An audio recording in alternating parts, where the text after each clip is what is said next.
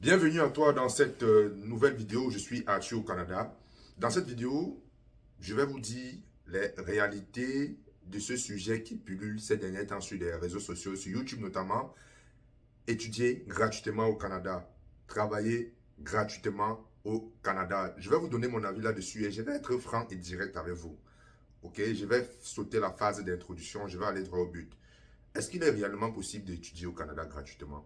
Venir travailler au Canada gratuitement. Moi également, j'ai fait des vidéos dans ce sens-là. Mais je pense que lorsqu'on est déjà un adulte et que l'on entame une procédure pour sortir de son pays, on doit être lucide dans la façon de réfléchir, dans la façon de voir les choses. Il y a trop de marketing. Venir étudier au Canada gratuitement, travailler au Canada gratuitement, tel employeur recrute, etc., etc., etc.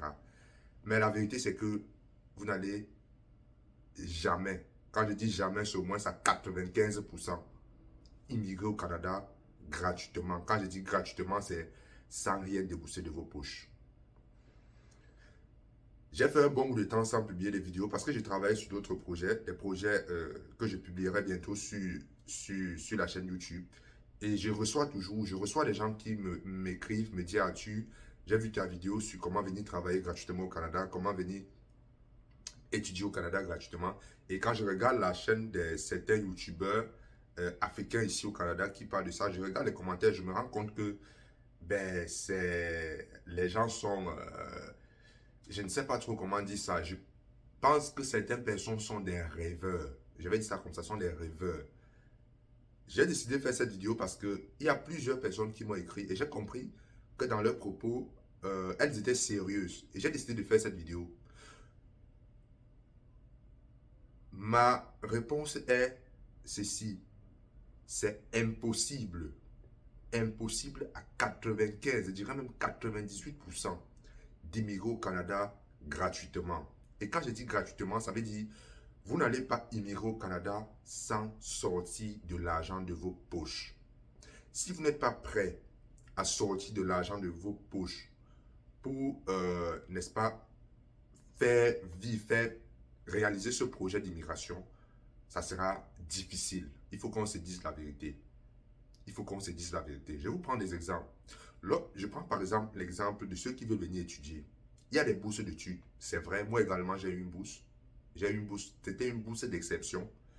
Et il faut qu'on se dise que lorsque tu as une bourse d'exception, il faut que tu arrives sur le territoire pour profiter de cette bourse. Okay? Il faut que tu arrives sur le territoire pour profiter de cette bourse. Ça veut dire quoi? Ça veut dire que toute la procédure, il faut mettre de l'argent.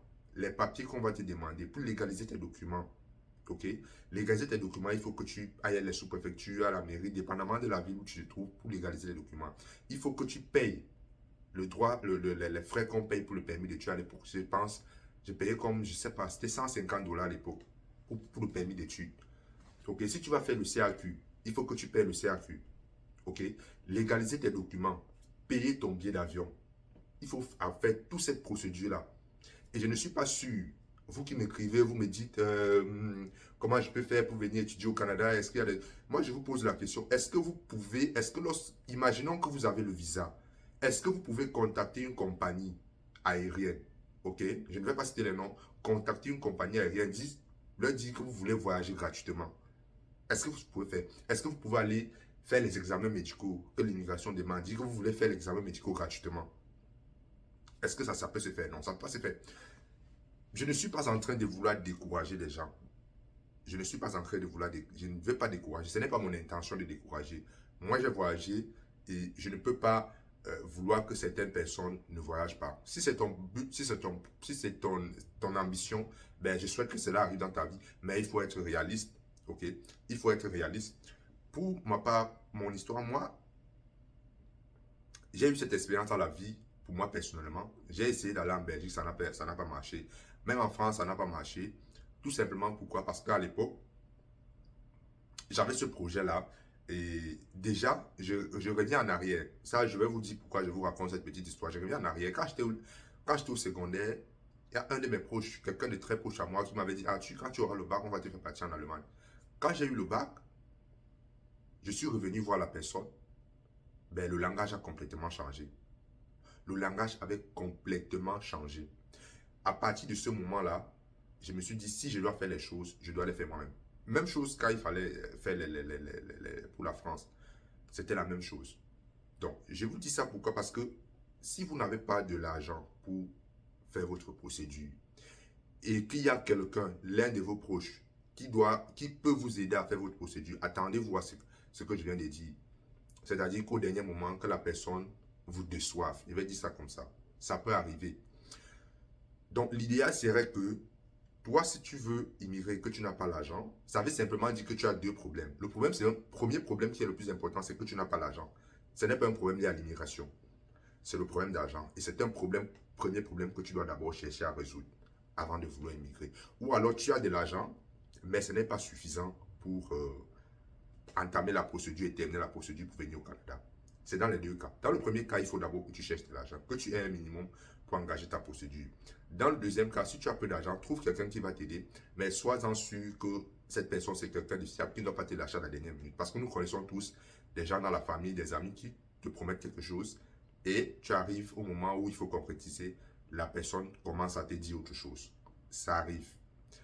Donc, si ton projet c'est d'immigrer au Canada, qu'est-ce que tu veux venir faire? Si tu veux venir étudier, la plupart des gens qui me contactent, ceux qui veulent venir étudier, regarde, ça c'est le conseil que je te donne, planifie ton projet, regarde la procédure, essaie de planifier toutes les dépenses qui vont avec. Tu as une idée et tu te poses la question à toi-même sincèrement, est-ce que je suis capable d'assumer ce projet?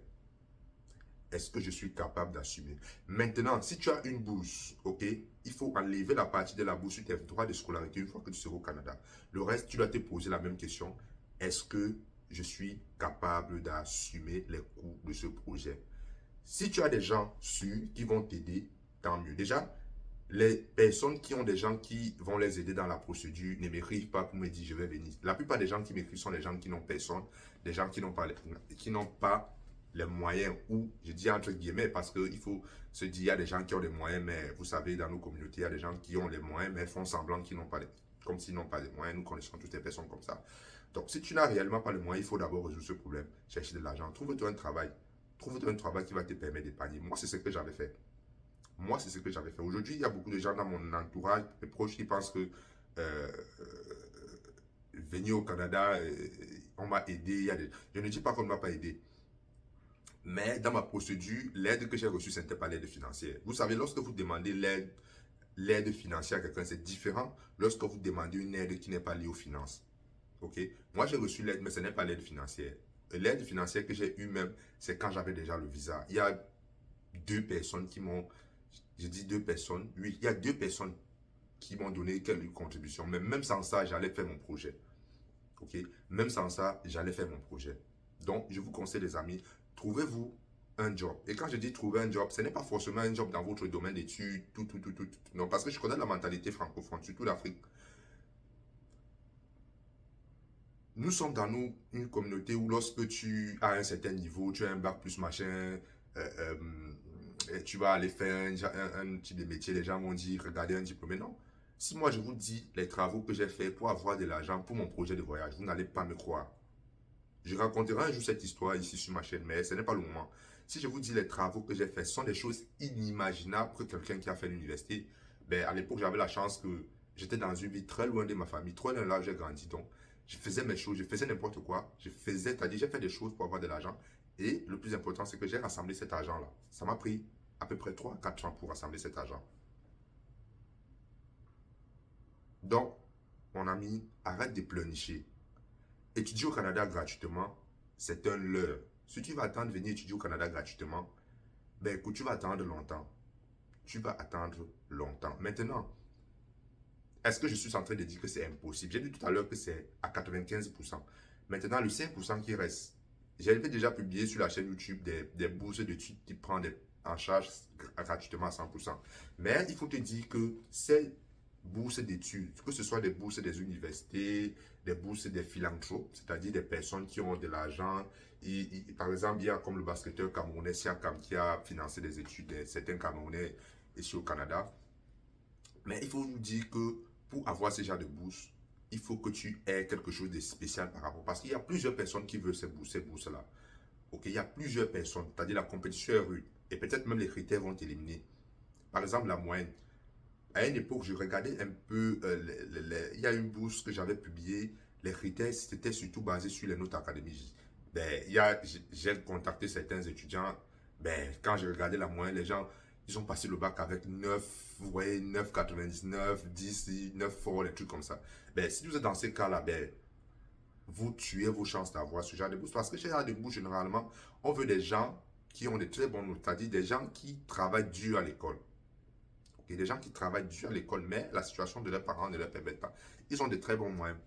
Et certaines de ces bourses-là sont orientées beaucoup plus vers des gens qui ont aussi de l'expérience de travail. Okay? Avoir les bourses peut-être pour les gens qui ont le doctorat, il y a des bourses pour les doctorats, pour faire la recherche, parce que les pays, même le Canada, veut attirer des cerveaux pour développer la recherche, au niveau de la recherche. OK? Donc, voilà un peu ce que j'allais à te présenter dans cette vidéo pour te dire, sois réaliste dans ton projet d'immigration, dans ton projet de voyage. Si tu as peu d'argent, va en France. Si tu as peu d'argent, va en France, va en Belgique, va dans un pays. Si ton but réel, ton but ultime, c'est de sortir de ton pays, immigrer, c'est non. OK? Je dis ça pourquoi? Parce que mon discours peut sembler pour certaines personnes, je ne veux pas, non, je ne sais pas ça. Le voyage, la plupart des pays se sont développés par des personnes, même au Canada, le Québec où je suis actuellement, le Québec était développé par des personnes de Québec et surtout ceux qui sont partis aux États-Unis à un moment, ils ont vu ce qui s'est passé, ils sont revenus avec ici au Québec pour développer. Le Canada aussi en général, même la plupart des pays, même les Chinois, ce sont des personnes qui sont immigrées à un moment et puis sont rentrées développer ou bien même à distance contribuer au développement de leur pays. Mais il faut être réaliste, les amis. Tu peux venir étudier au Canada, c'est possible, mais c'est très difficile. Fixe-toi des objectifs, évalue le budget et pose-toi la question à l'intérieur de toi. Tu sois sincère avec toi. Est-ce que j'ai les moyens de faire ce projet? Si tu n'as pas les moyens, trouve quelqu'un de sérieux qui ne doit pas te lâcher à la dernière minute. Maintenant, si tu n'as personne, je pense que le premier problème que tu dois résoudre, c'est de trouver d'abord de l'argent, mettre de côté, afin d'engager cette procédure. J'espère que cette vidéo va te réveiller et te permettre d'être réaliste et de ne pas perdre ton temps. Le temps, c'est de l'argent et la denrée la plus précieuse sur la terre, c'est le temps. Ne perds pas ton temps, mon ami. Sois réaliste et je te souhaite beaucoup de courage dans tes projets. C'est Arthur au Canada. Abonne-toi sur la chaîne et partage massivement cette vidéo. Ciao.